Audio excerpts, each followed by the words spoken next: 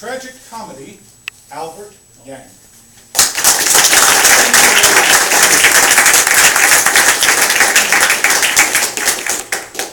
I once heard that tragedy over time equals comedy. I'm going to give you many examples of these to prove my theory and hypothesis in this.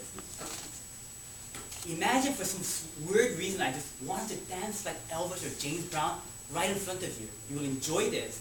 I'll do my famous high kick and my pants ripped. Then it felt my trousers fell to the floor. It would be very tragic for me.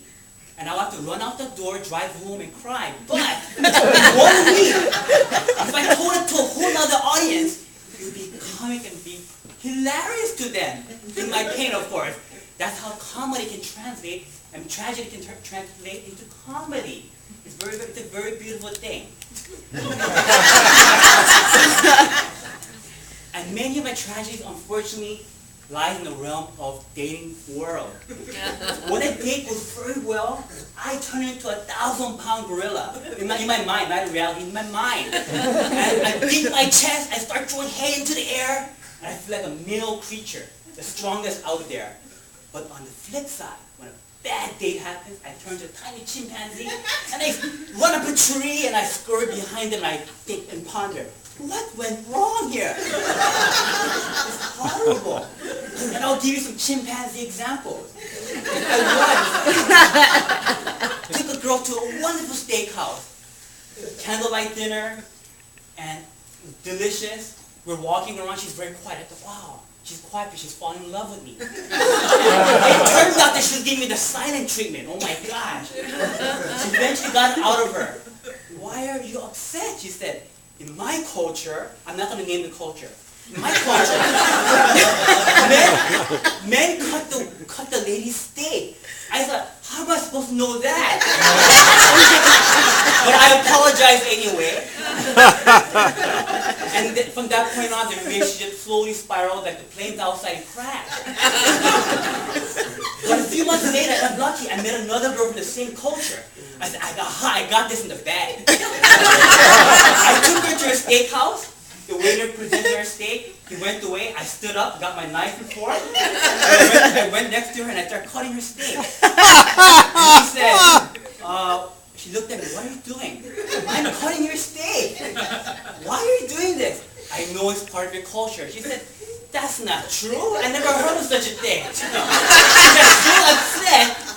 She thought I was totally like crazy. And the relationship crumbled again. I was like so frustrated. What's going on here? So I convinced myself from now on, I'll pretend I'm a mountain.